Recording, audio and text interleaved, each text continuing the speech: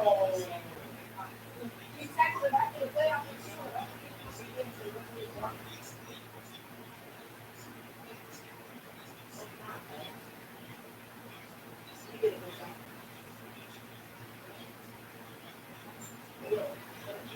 County baby boy is safe this morning.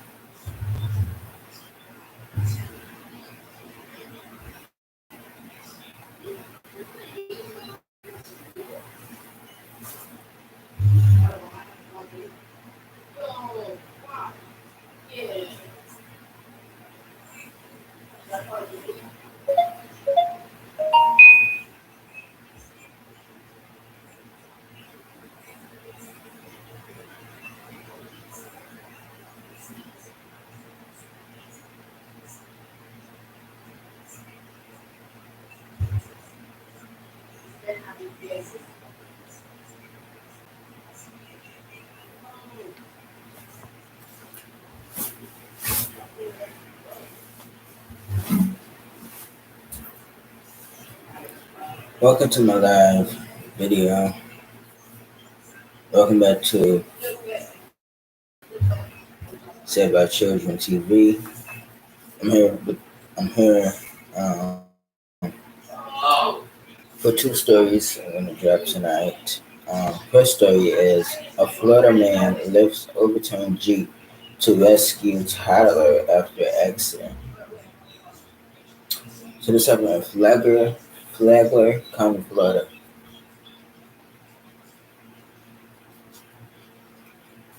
A baby boy is safe after a Florida driver was in the right place at the right time and saved him from an overturned Jeep. He's like, there's a baby in there. There's a baby. And after that, I look down and see the baby sticking out. Billboard, Don told Fox 35 News. Photos from the scene show the Jeep that the toddler was riding and overturned on State Road 100 and John Anderson Boulevard, according to the Flagler Beach Fire Department. Don says he saw the accident, called 911, then jumped to lift the Jeep so the toddler could be rescued.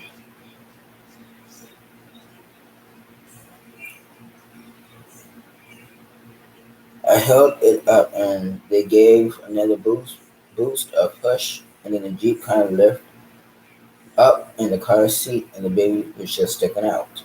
According to a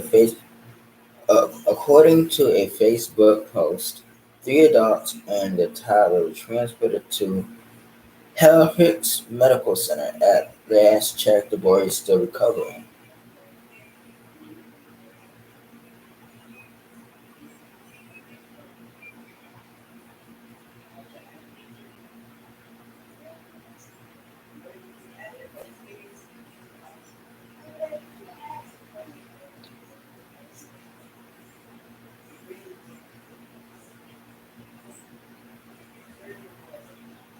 Entertainment is back at the Ultimate Network Consumer Event Center. Get ready to rock with Oyster Cult July 23rd. Locally and never Casino, the entertainment capital of the Northwest. An exclusive story out of Flagler County. Baby boy is safe this morning after a local driver was in the right place at the right time and saved him from an overturned Jeep. He's like, this baby in there, this baby. And then after that, I look down and I see the baby sticking out. In this image, you can see a Jeep overturned on the right hand of the screen. You can see the baby. I held it up and then they gave another boost of push and then the Jeep kind of lifted up and then the car seat and the baby was just sticking out. Emergency responders transporting the toddler away from the scene. At last check, the boy is still recovering. So that's a positive story. Right place, right time.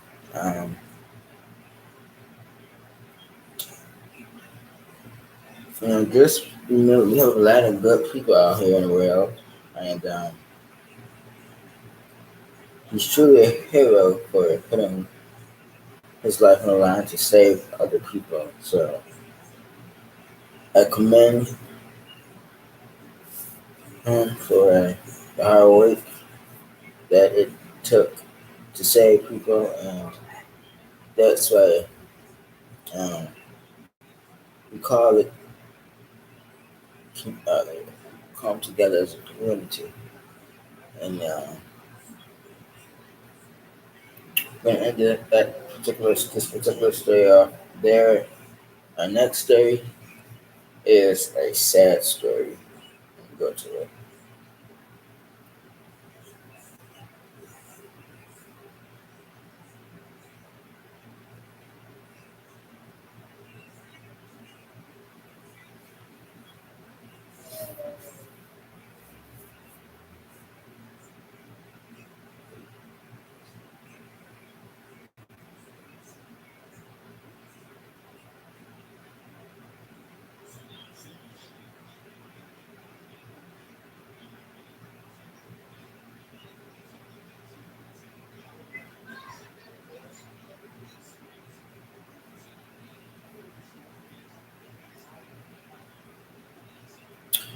Before I read the article, I'm gonna give you a backstory to the story. This Chicago mass shooting happened on the 4th of July in Chicago, and at first 6 people was killed, and dozens others were injured.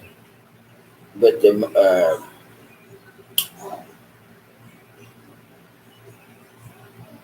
just about an hour ago, I believe it was updated yesterday on the 5th.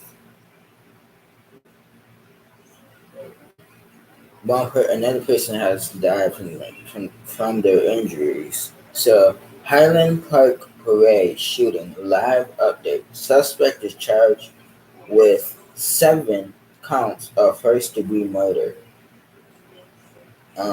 This happened in Highland Park, Illinois. Prosecutors charged the suspected gunman in the shooting rampage at a 4th of July parade in the Chicago suburb with 7 counts of first-degree murder. Tuesday, hoping to put him behind bars for the rest of his life, Lake County, Lake County, hold on, Lake County State Attorney Eric Rinehart said that if convicted, Robert E. Bobby Cuomo III faces a mandatory sentence of life in prison without the possibility of parole. There are just first of many charges that will be filed against Mr. Cuomo, but Rinehart said, em- I want to emphasize that there will be more charges. We anticipate dozens of more charges. Police said Cuomo fired more than 70 shots from a rooftop Monday, killing 7 people and wounding nearly 40 more with a legal purchase assault rifle before, before fleeing. He was captured that evening after an intense manhunt. Investigators have interrogated the suspect and reviewed his social media posts, but provided no motive for the attack, describing it only as random. Lake County Deputy Chief Christopher Cavalli said the gun similar to AR-15 was legally purchased by a criminal in the Chicago area. Hundreds of people congregated in downtown Highland Park Tuesday evening, blocks from the scene of the shooting. Families, neighbors, and friends held hands, hugged, and cried. Others laughed and smiled as they unexpectedly bumped into loved ones. It's good to face your fear and come back to the scene. There's something about come back, said U.S. Dan 54, a 21-year resident of Highland Park. Some exchanged stories of where they was from the parade. Some hung orange ribbons for gun safety in the trees. Others placed flowers, prayed, and lit candles. Many kids by Highland Park high school church and so relative people going through the same thing. To Highland Park, Native Lucy Milligan, 19, who lives a block from the scene of the shooting. The manager said the gunshots could be heard from her house during Monday's shooting, and her family at the parade ran back to the house amid the panic. Suspect was visited by police twice in 2019 and had knives confiscated. The man accused of killing 7 people and wounding dozens at a 4th of July parade was subjected to 2 police visits in 2019, one after he threatened to kill everyone in the house, police said Tuesday. Cavalli said criminal there had 16 knives, a dead jury, and a sword confiscated during that incident in September 2019. 5 months earlier, police had responded to a reported suicide attempt by criminal, according to Cavalli. Criminal 21 planned the attack for weeks. Police say he was charged Tuesday with first-degree murder after finding more than 70 shots from a rooftop. Criminal abandoned an assault rifle I brought illegally blended into the crowd by wearing numerous clothes and walked to his mother's home. Said Cavalli, who revealed a seventh victim died Tuesday. Another rifle and three other weapons purchased legally were found in the car criminal was driving Monday evening when he returned to Illinois after driving to Wisconsin and was spotted by a neighbor who called 911. He was arrested after an intensive manhunt. Six of the seven victims were identified at ages 35 to 88 years old. The Lake County Coroner's Office identified the six people killed Monday in the shooting rampage at Highland Park. A seventh victim died Tuesday, 37, but they have not revealed the person's name. Five of the six Five of the six identified victims lived in Highland Park. The exception was Nicholas Toledo Nazar Zaragoza, 78, who hailed from Morales, Mexico. The other five who died Monday were Catherine Golston, 64, Irina McCarthy, 35, Kevin McCarthy, 37, Jacqueline Sandino, 63, and Stephen Stratus, 88. The victims included a dedicated synagogue worker, a grandfather watching 4th of July festivals from his wheelchair, and the parents of a 2-year-old son. The Vice President Harris visited Highland Park. So Vice President Kamala Harris paid an unannounced visit late Tuesday to the site of the violence. Harris motorcade arrived at the shooting site at 7:05 p.m. local time. Children's bikes, a baby stroller, water coolers, toys, and launchers were scattered along the brick sidewalk. Harris and second gentleman Douglas Emhoff, who invited to visit by Highland Park Mayor Nancy Return, spoke for several minutes to local officials nearby residents shouted, "Thank you for coming.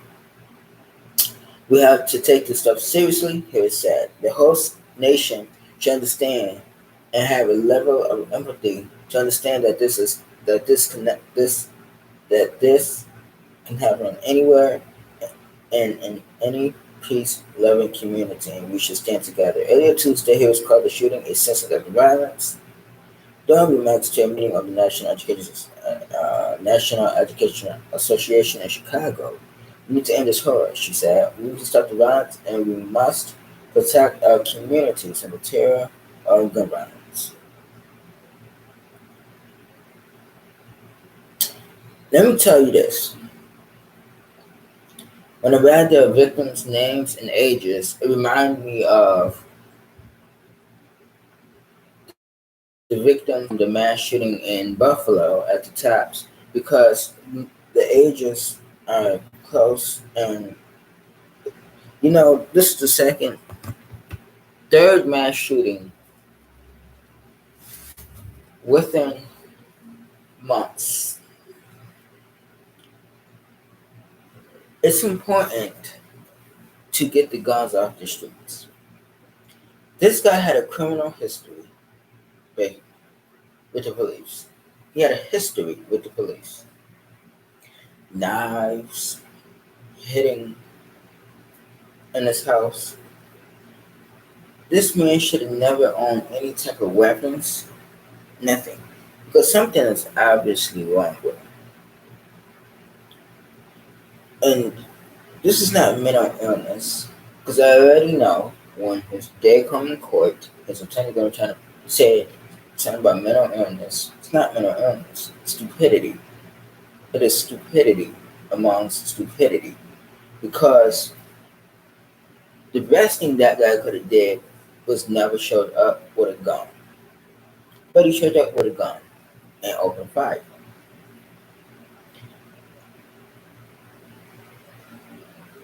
You know, if they end up seeking The death penalty, he deserved it. Life in prison without parole, he deserved it. Life in prison. If he was to get life in prison,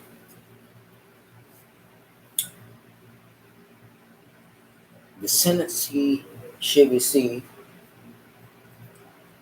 is if he get paroled, if they give him life in prison with parole, it should be after serving